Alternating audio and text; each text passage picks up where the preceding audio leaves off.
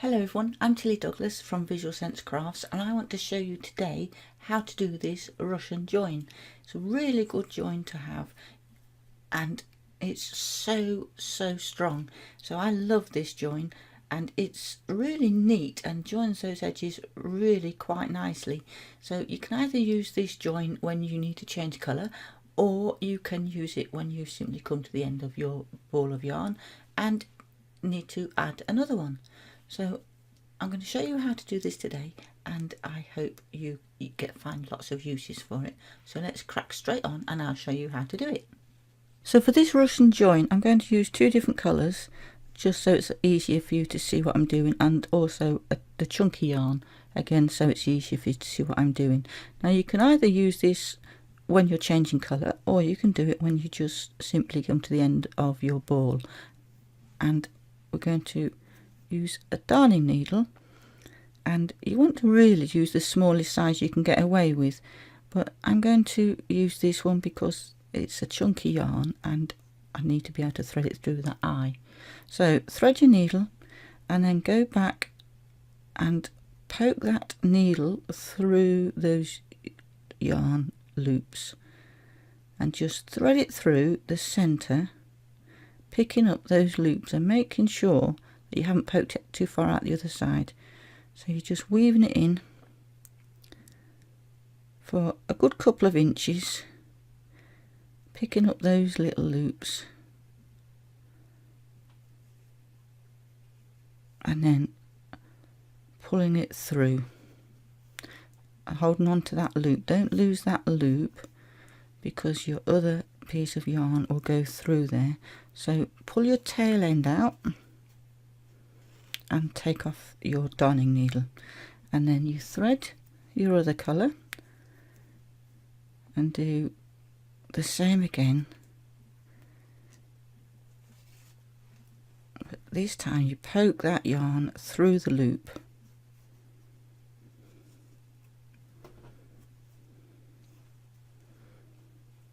and then go back and do exactly the same thing.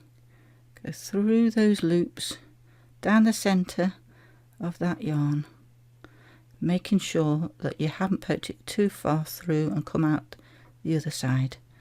Just keep pushing it through 2 or 3 inches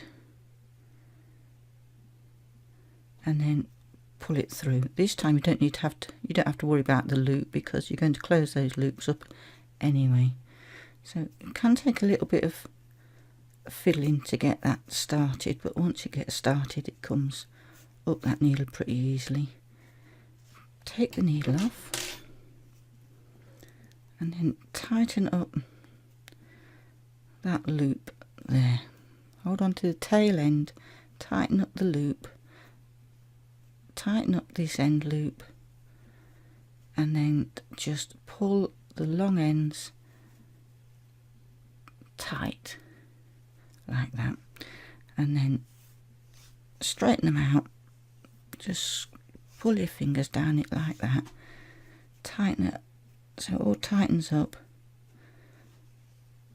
and so you can really pull on that nice and tight, and then snip those ends off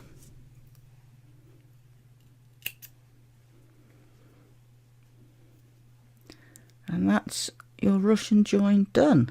It's really very simple to do and gives a nice strong join. You can really pull on that quite tight, and it does make it a little bit more chunky, but then it would be a bit more chunky if you was crocheting or knitting in over those ends anyway. So you can tidy this up a bit more, look.